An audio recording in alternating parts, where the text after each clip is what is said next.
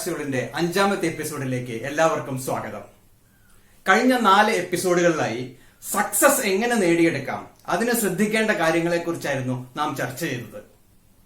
5ാമത്തെ ഈ എപ്പിസോഡിൽ ഈ 4 എപ്പിസോഡുകളിൽ നിന്ന് പലർക്കും ഉണ്ടായിട്ടുള്ള സംശയങ്ങൾ, ആ സംശയങ്ങൾക്കുള്ള ഉത്തരങ്ങളും, അതുപോലെ തന്നെ ഈ പറഞ്ഞ സബ്ജക്റ്റുകളിൽ നമുക്കറിയാം 1ാമത്തെ ടോപ്പിക് അല്ലെങ്കിൽ 1ാമത്തെ എപ്പിസോഡിൽ നാം ചർച്ച ചെയ്തത് ഫൗണ്ടേഷൻ ആണ്.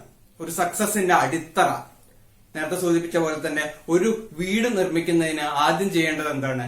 അതിന്റെ ഒരു പ്ലാൻ നിർമ്മിക്കുക എന്ന് പറയുന്ന പോലെ തന്നെ അതിന്റെ ഒരു ഫൗണ്ടേഷൻ ആയിട്ടുള്ള കാര്യങ്ങളാണ് 1ാമത്തെ എപ്പിസോഡിൽ നാം ചർച്ച ചെയ്തത്. 2ഉം 3ഉം എപ്പിസോഡിൽ ചർച്ച ചെയ്തത് ഗോൾ സെറ്റിങ്ങിനെ കുറിച്ചാണ്. ലക്ഷ്യങ്ങൾ എങ്ങനെ സെറ്റ് ചെയ്യണം, ലക്ഷ്യങ്ങൾ എങ്ങനെ നേടിയെടുക്കണം തുടങ്ങിയ കാര്യങ്ങളായിരുന്നു അതിൽ പറഞ്ഞത്. അതേപോലെ തന്നെ അപ്പൊ അങ്ങനെ 1, 2, 3 എപ്പിസോഡുകൾ ആ രീതിയിൽ മുന്നോട്ട് പോയി.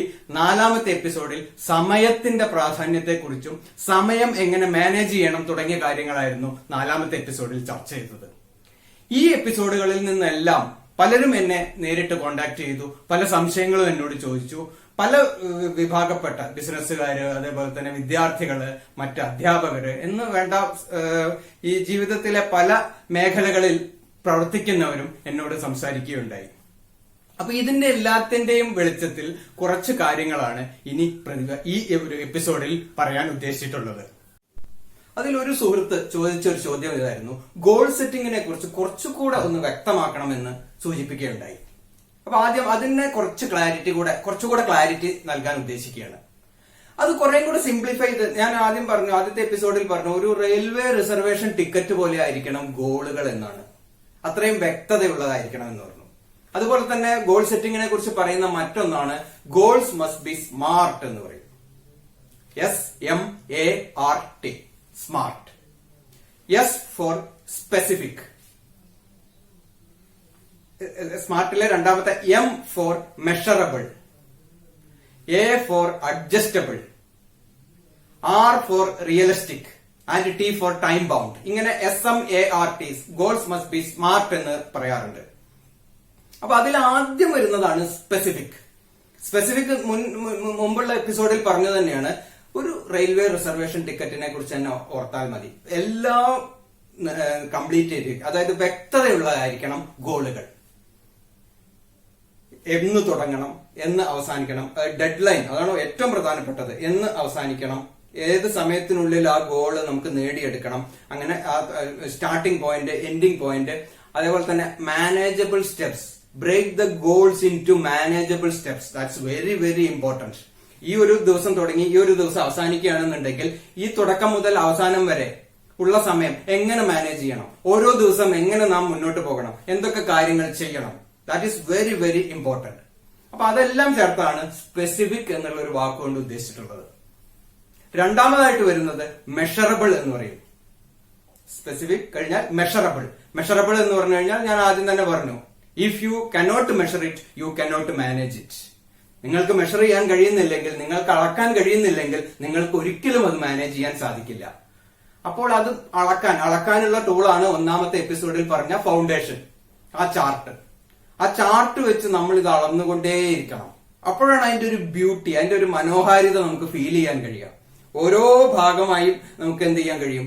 അത് അളന്ന് തിട്ടപ്പെടുത്തി ഈ ഗോള് എത്രത്തോളം നമുക്ക് നേടിയെടുക്കാൻ കഴിഞ്ഞു, എന്തൊക്കെ കാര്യങ്ങൾ ഞാൻ ചെയ്തു, എന്തൊക്കെ കാര്യങ്ങൾ ചെയ്തില്ല, അതിന്റെ പ്രോഗ്രസ് കൃത്യമായിട്ട് മനസ്സിലാക്കാൻ നമുക്ക് സാധിക്കുന്നു. അതാണ് സ്പെസിഫിക്, മെഷറബിൾ. 3ാമത് അഡ്ജസ്റ്റബിൾ എന്നുള്ളത്, അതും വളരെ പ്രധാനപ്പെട്ടതാണ്. ചില സാഹചര്യങ്ങളിൽ ചിലപ്പോൾ നമുക്ക് ഈ ഗോൾ നേടിയെടുക്കാൻ സാധിക്കാതെ വന്നേക്കാം. ചിലപ്പോൾ എന്തെങ്കിലും ഒരു പ്രതിസന്ധി ഘട്ടങ്ങളിലൂടെ കടന്നു. ഇപ്പൊ ഉദാഹരണത്തിന് ഇത്തരം കൊറോണ സീസൺ, അങ്ങനെ പറയുന്ന നമ്മൾ പ്രതീക്ഷിക്കാത്ത രീതിയിൽ പല കാരണങ്ങളാൽ കൊണ്ടും ഈ ലക്ഷ്യങ്ങൾ നമുക്ക് നേടിയെടുക്കാൻ സാധിക്കാതെ വന്നേക്കാം. ഒരു ഹോസ്പിറ്റൽ കേസ് വന്നു, പെട്ടെന്ന് ഒരു ഹോസ്പിറ്റലിൽ കുറെ കാലം ഒരാളെ സപ്പോർട്ട് ചെയ്യാൻ വേണ്ടി നിൽക്കേണ്ടി വന്നു, അതിന് പോകേണ്ടി വന്നു. അപ്പൊ അത്തരം ദിവസങ്ങളിൽ നമുക്ക് എന്ത് ചെയ്യാൻ പറ്റും? ഈ ഗോളിന് വേണ്ടി ചെയ്യാൻ കഴിഞ്ഞില്ല എന്ന് വരാം. അപ്പോൾ അത് അഡ്ജസ്റ്റ് ചെയ്യാം. കഴിയുന്ന സമയത്ത് നമുക്കത് മേക്കപ്പ് ചെയ്യുന്ന രീതിയിൽ കൂടുതൽ പ്രവർത്തിച്ച് നമുക്കത് മേക്കപ്പ് ചെയ്യാം. അതൊരു ഓപ്ഷൻ. അല്ലെങ്കിൽ എന്ത് ചെയ്യാൻ പറ്റും? ചെറുതായിട്ടൊന്ന് എക്സ്റ്റെൻഡ് ചെയ്യാം. ഒരു 2-3 ദിവസത്തേക്കും കൂടെ എക്സ്റ്റെൻഡ് ചെയ്യാം.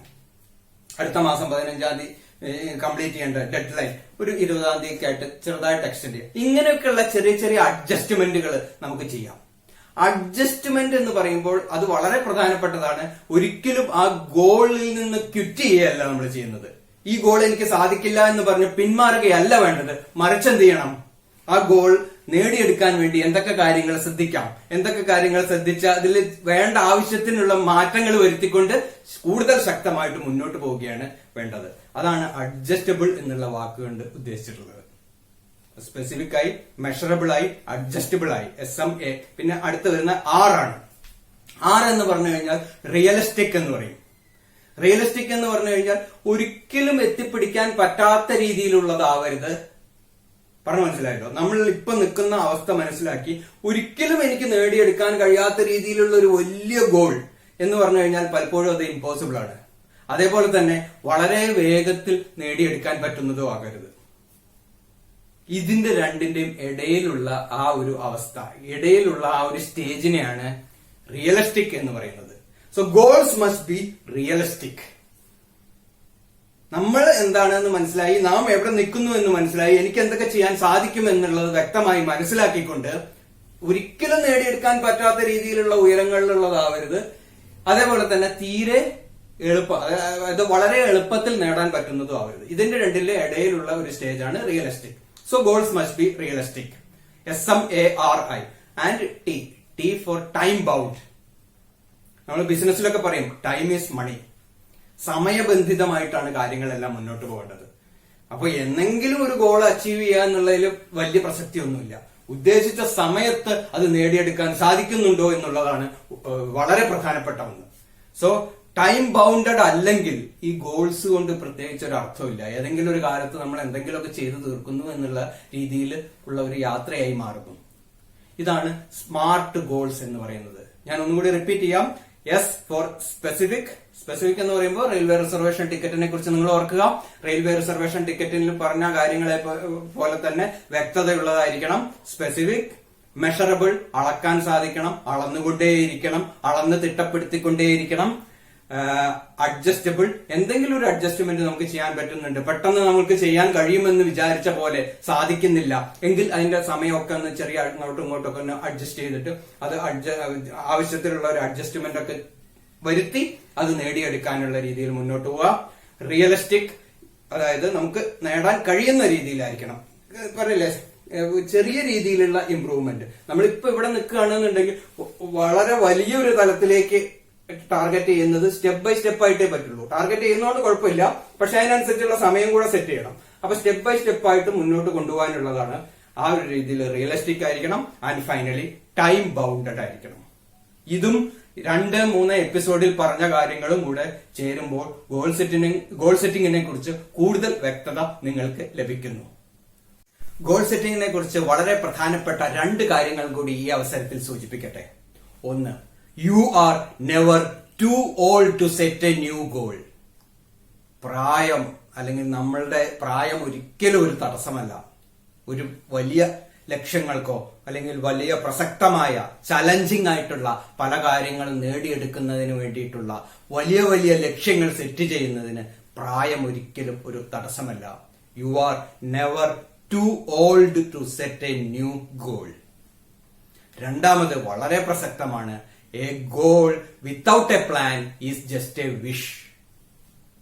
വ്യക്തമായ ഒരു ലക്ഷ്യങ്ങളില്ലെങ്കിൽ അല്ലെങ്കിൽ ഒരു പ്ലാനിങ്ങോട് കൂടിയിട്ടല്ല നമ്മൾ ഗോളിനെ പിന്തുടരുന്നത് എന്നുണ്ടെങ്കിൽ അതൊരു വെറും ഒരു ആഗ്രഹം മാത്രമാണ്.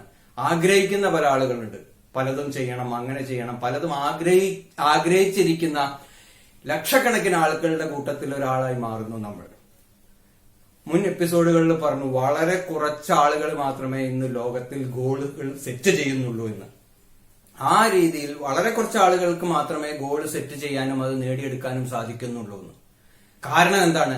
പലരും ഒരു ദിവാസ്വപ്നം പോലെ അല്ലെങ്കിൽ ഒരു പകൽ കിനാവ് കാണുന്നത് പോലെ വലിയ വലിയ കാര്യങ്ങളെ കുറിച്ച് ഇങ്ങനെ ആലോചിച്ച് നടക്കുന്നു എന്നല്ലാതെ അത് പ്രായോഗിക തലത്തിലേക്ക് കൊണ്ടുവരാനുള്ള ആത്മാർത്ഥമായിട്ടുള്ള പരിശ്രമം അല്ലെങ്കിൽ ആത്മാർത്ഥമായിട്ടുള്ള എഫേർട്സ് ഇല്ലാത്തതാണ് അതിനുള്ള പ്രധാന കാരണം. അപ്പോൾ ഈ 2 കാര്യങ്ങളും വളരെ പ്രസക്തമാണ്. അതാണ് പറഞ്ഞത്, വ്യക്തമായ ഒരു പ്ലാനിങ്ങോട് കൂടിയിട്ട് വേണം ഗോൾ സെറ്റിംഗ് എന്നുള്ള പ്രോസസ്സിനെ നാം കാണേണ്ടത്. അതുകൊണ്ടാണ് ആദ്യത്തെ എപ്പിസോഡിൽ അത് വ്യക്തമായിട്ട് പറഞ്ഞിട്ടുള്ളത്. അതിന്റെ ഒരു ഫൗണ്ടേഷൻ, സക്സസിന്റെ ആ ഫൗണ്ടേഷൻ വളരെ പ്രധാനപ്പെട്ടതാണ്. അതാണ് ഈ 4 എപ്പിസോഡും ഇതിലും നമ്മൾ പ്രതിപാദിച്ചിട്ടുള്ളത്. സക്സസിന് വളരെ പ്രസക്തമായിട്ടുള്ള കുറെ കാര്യങ്ങളാണ് ഇതിലെല്ലാം ചർച്ച ചെയ്തിട്ടുള്ളത്. അതിലൊന്ന് ഫൗണ്ടേഷൻ, 2 ഗോൾ സെറ്റിംഗ്, 3ാമത് ആയിട്ട് വരുന്നതാണ് ടൈം മാനേജ്മെന്റ്. അതേപോലെ തന്നെ ഈ ടൈം മാനേജ്മെന്റ് എന്നുള്ളതും ഗോൾ സെറ്റിംഗുമായിട്ട് ഒരുപാട് കണക്റ്റഡ് ആണ്. സമയവും ലക്ഷ്യവും തമ്മിൽ ഒരുപാട് ബന്ധങ്ങളുണ്ട്. അത് കൂട്ടി ഇഴകി കിടക്കുന്നതാണ്. കാരണം സമയം യഥാർത്ഥത്തിൽ വിനിയോഗിക്കണമെന്നുണ്ടെങ്കിൽ ഒരു ലക്ഷ്യബോധമുള്ളവരായിരിക്കണം. ഒരു വ്യക്തമായ ഡയറക്ഷനിലൂടെ പോകുന്നവർക്ക് മാത്രമേ അത് നമുക്ക് ശരിയായ രീതിയിൽ വിനിയോഗിക്കാൻ സാധിക്കുകയുള്ളൂ. അപ്പോൾ സമയത്തിനെ സംബന്ധിച്ചും ടൈം മാനേജ്മെന്റിനെ കുറിച്ചും ഒരുപാട് സംശയങ്ങൾ ലഭിക്കുകയുണ്ടായി. എങ്ങനെയാണ് ഇത് ചെയ്യേണ്ടത്, ഏത് പ്രകാരമാണ് ഇത് ചെയ്യേണ്ടത്? പല സംശയങ്ങളും ഇപ്പോഴുള്ള സമയം എങ്ങനെ വിനിയോഗിക്കുന്നു എന്ന് വ്യക്തമായി എഴുതി വെക്കാൻ സാധിക്കാത്തത് കൊണ്ടാണ്. ടൈം മാനേജ്മെന്റ് സെഷനിൽ ഞാൻ പറഞ്ഞതാണ്, എന്നാൽ അത് ഒരിക്കൽ കൂടി ഞാൻ ഓർമ്മപ്പെടുത്തുകയാണ്. ഇപ്പോൾ നാം ഉപയോഗപ്പെടുത്തിക്കൊണ്ടിരിക്കുന്ന സമയം അത് ഒരുപാട് ഘടകങ്ങളെ ആശ്രയിച്ചിട്ടാണ്. നമ്മുടെ ശീലങ്ങൾ, നമ്മളുടെ ഡെയിലി റുട്ടീൻ, നമ്മളുടെ കാലങ്ങളായിട്ട് പിന്തുടരുന്ന കുറെ ശീലങ്ങളുണ്ട്, കാലങ്ങളായിട്ട് പിന്തുടരുന്ന ചില ഷെഡ്യൂളുകളുണ്ട്. ഇതൊക്കെ മാറ്റാനുള്ള ഒരു ബുദ്ധിമുട്ടാണ് പലപ്പോഴും ഇതിന് തടസ്സം നിൽക്കുന്നത്.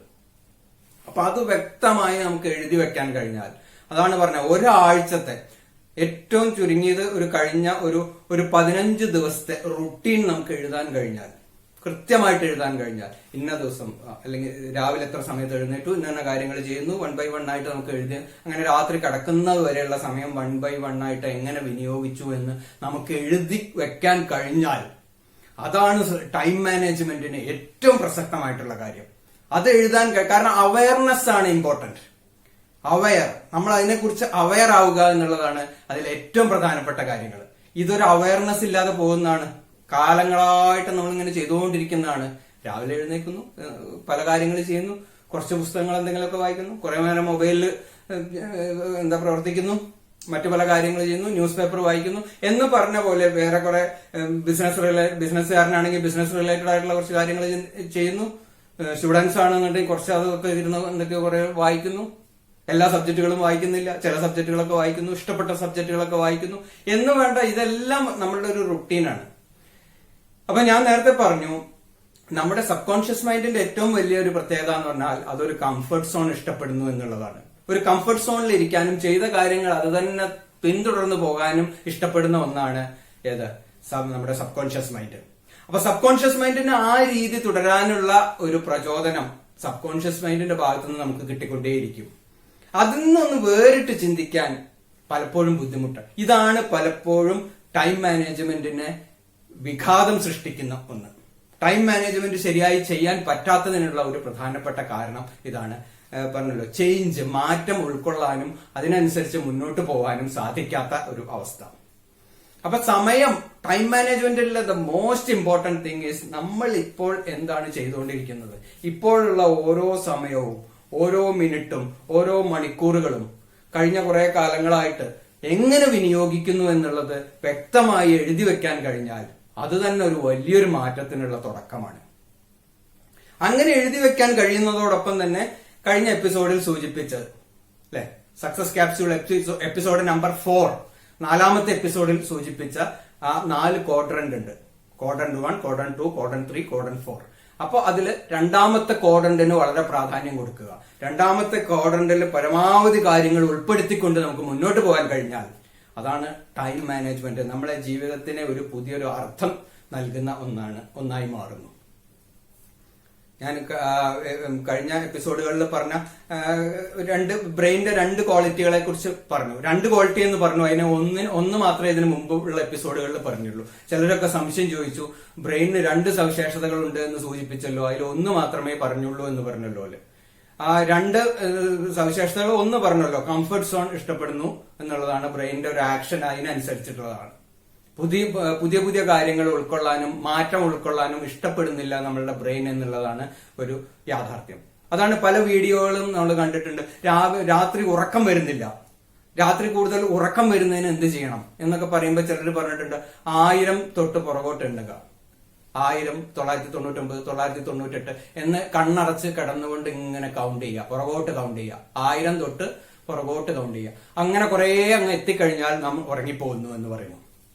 ഇങ്ങനെയൊക്കെയുള്ള ചിലർ 100 എന്ന് പറയും, 100 തൊട്ട് പുറകോട്ട് എണ്ണാൻ പറയും, ചിലർ 500 തൊട്ട് പുറകോട്ട് എണ്ണാൻ പറയും. What ever it may be. എന്താണ് അതിന് കാരണം? അപ്പൊ ബ്രെയിൻ എന്ത് വേണം? ബ്രെയിൻ എന്തെങ്കിലും പ്രവർത്തനവുമായി മുന്നോട്ട് പോകണം. പ്രവർത്തനവുമായി മുന്നോട്ട് പോകുമ്പോൾ ആ ഒരു ലേസിനെസ് അവിടെ ഫീൽ ചെയ്യുന്നു. അപ്പൊ ഇനി ഇത് ചെയ്യേണ്ട, അതിലും ഭേദം കിടന്ന് ഉറങ്ങുകയാണ്, അതിലും ഭേദം ഉറക്കവുമായി മുന്നോട്ട് പോവുകയാണ് എന്ന ഒരു തോന്നൽ വരുന്നത് കൊണ്ടാണ് നമ്മൾ ഉറങ്ങിപ്പോകുന്നത്. അതാണ് ഒന്നാമത്തെ പ്രത്യേകത. കംഫർട്ട് സോൺ ഇഷ്ടപ്പെടുന്നതാണ് ബ്രെയിൻ. രണ്ടാമത്, ഹ്യൂമൻ ബ്രെയിൻ ഈസ് ഇൻകംപ്ലീറ്റ് എന്ന് പറയും. കംപ്ലീറ്റ് അല്ല. ഒരു കുട്ടി ജനിച്ചു വീഴുമ്പോൾ അത് വളരെ കുറച്ച് മാത്രമേ ബ്രെയിൻ വികാസം പ്രാപിച്ചിട്ടുള്ളൂ. അതാണ് ഹ്യൂമൻ ബീയിങ്ങിന്റെ ഏറ്റവും വലിയ സവിശേഷത. പിന്നെയുള്ള ഈ ഒരു ലൈഫ് സ്പാൻ വെച്ച് എന്തുമായി തീരാം. ഈ ഒരു കുട്ടിക്ക് വളർന്നു വലുതായി ഒരു അധ്യാപകനാവാം, അല്ലെങ്കിൽ ഒരു കോളേജ് പ്രൊഫസർ ആവാം, അല്ലെങ്കിൽ ഒരു സ്പോർട്സ് താരമായി മാറാം, ഒരു ഫുട്ബോൾ കളിക്കാരനാവാം, ഒരു ക്രിക്കറ്റ് കളിക്കാരനാവാം, അല്ലെങ്കിൽ ഒരു അഡ്വഞ്ചറസ് ആയിട്ടുള്ള കാര്യങ്ങളെല്ലാം ഇഷ്ടപ്പെടുന്ന രീതിയിൽ മുന്നോട്ട് പോവാം, ഒരു ബാങ്കിലെ ക്ലർക്കാവാം, ഒരു ബാങ്ക് മാനേജർ ആവാം.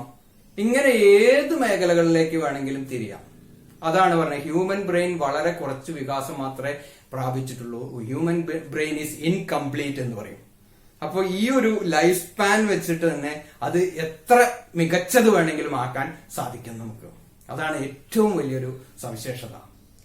അപ്പൊ നമ്മളുടെ മുന്നിലുള്ള ഈ സമയവും ഈ ലക്ഷ്യബോധത്തിന്റെ പ്രാധാന്യവും മനസ്സിലാക്കി ഇതെല്ലാം കൂട്ടി ചേർത്തുകൊണ്ട് നല്ലൊരു ഫൗണ്ടേഷൻ നിർമ്മിച്ച് ശക്തമായി മുന്നോട്ട് പോയി കഴിഞ്ഞാൽ ജീവിതത്തിൽ എവിടെ വേണമെങ്കിലും എത്തിച്ചേരാൻ കഴിയും എന്നുള്ള യാതൊരു തർക്കവുമില്ല.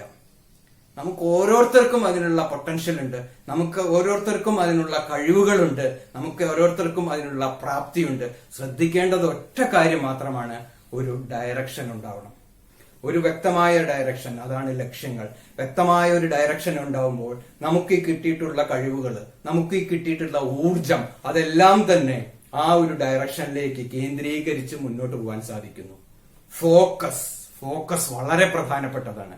അപ്പോൾ ആ ഒരു വ്യക്തമായ ഫോക്കസിലൂടെ നല്ല നല്ല ലക്ഷ്യങ്ങൾ പിന്തുടർന്നുകൊണ്ട് സമയം യഥാർത്ഥത്തിൽ വിനിയോഗിച്ചുകൊണ്ട് നമ്മുടെ മുന്നിൽ ഒരിക്കലും തിരിച്ചു കിട്ടാത്ത, വില മതിക്കാനാവാത്ത ഈ സമയം ശരിയായ രീതിയിൽ വിനിയോഗിച്ചുകൊണ്ട് ഉന്നതമായ നേട്ടങ്ങൾ പ്രാപ്തരാക്കാൻ നിങ്ങൾക്ക് എല്ലാവർക്കും സാധിക്കും.